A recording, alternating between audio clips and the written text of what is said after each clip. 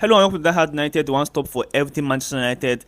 And my name is Jude. I'm going to bring you all the latest news concerning the club today, as it is reported that the club, Manchester United, has set a deadline of Wednesday night for interested parties to submit their second bid to purchase the club from the Glazer family. Sheikh Jazim and Ineos founder Sergeant Ratcliffe are frontrunners battling to buy the club. So by the end of today, we're going to have heard about the bids that have been placed in by these two parties and other hidden parties also in the race to buy the club. And to some good news, Eriksen seems to be back. According to a social media post he did on Instagram, he seems to be back and definitely probably will be back after the international break. Eriksen has said it will be expecting him back early April, and after international break, that's going to be early April. So we are all happy that our midfield trio is going to be Casemiro, Eriksen, and Bruno, even though Casemiro is suspended for some games, but Eriksen is back, fit, maybe, but he's back and he's going to be ready for us after the international break. That's some very, very good news. And to some more takeover news, it is said that United could reportedly entertain as many as 8 bids for the club before tonight's deadline, and Sky Sports claimed that at least more than 5 bids will be made and there could be as many as 8. It is suggested that the Glazer family would definitely sell the club, but only for the right price. But only for the right price. That goes to tell you that it's all about the money. If Sheikh Jazim offers more, it goes to Sheikh Jazim. If Sergeant Ratcliffe offers more, it goes to him. If any hidden bidders offers more, it goes to them. So it's all about the money. But Erik ten Hag also will be looking for the whole takeover issue to end before the end of this season, so that probably he could have a much better summer transfer window with the new owners and with more money. And also these prospective bidders are also hoping that this ends quickly so that they can prepare for the new season with the new coach and the money available, and everybody just goes on from there. Very important. But according to reports from Italy, Napoli have bumped up their starting valuation for star Victor Osimhen.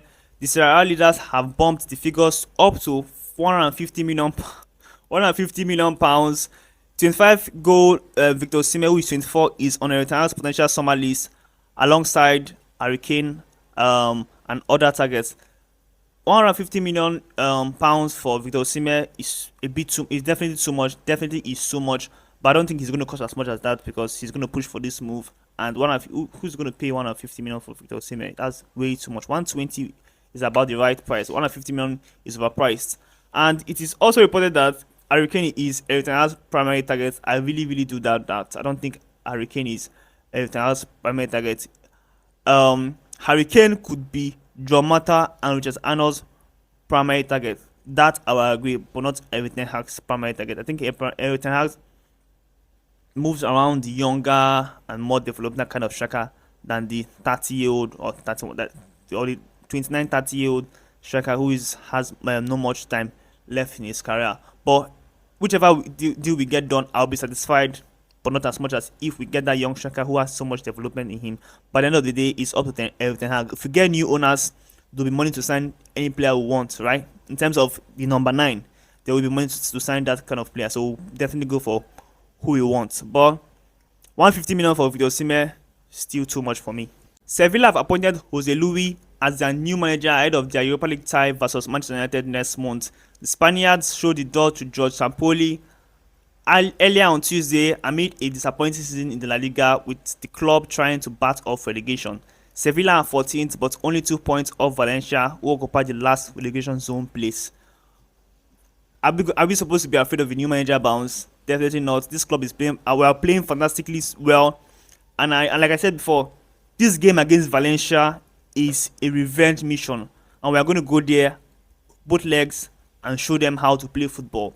Fine, there's going to be a new manager bounce for them, definitely, but I think with the way we are now, they're not going to be a match for us. We have Eriksen back. Casemiro is going to play that game. Everybody's going to be fit basically. Alfred is injured. He has a knock now, but he's going to be back after the international break. But I feel we have enough. We have well enough to brush past Sevilla and make it the 4th La Liga team we have beaten in the Europa League this season, which will be very good for the club and for us, and our event mission will be accomplished. but I don't think that's a problem for us. We're definitely going to get one over them. But let's see how the bids come in today. But like it is reported, the Glazers don't care about who takes over Manchester United. They just care about who is paying the most money. This is very, very disappointing and could lead us to us getting a very, very bad owner. But still, it just going to show how useless they are as owners. They only care about money.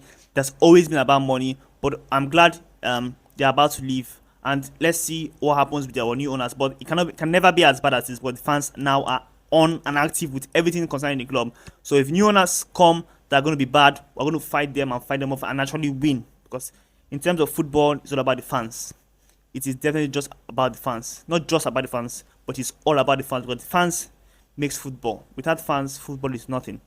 So let's see what happens concerning the bill. Let's see how much the valuation of these bills are going to be.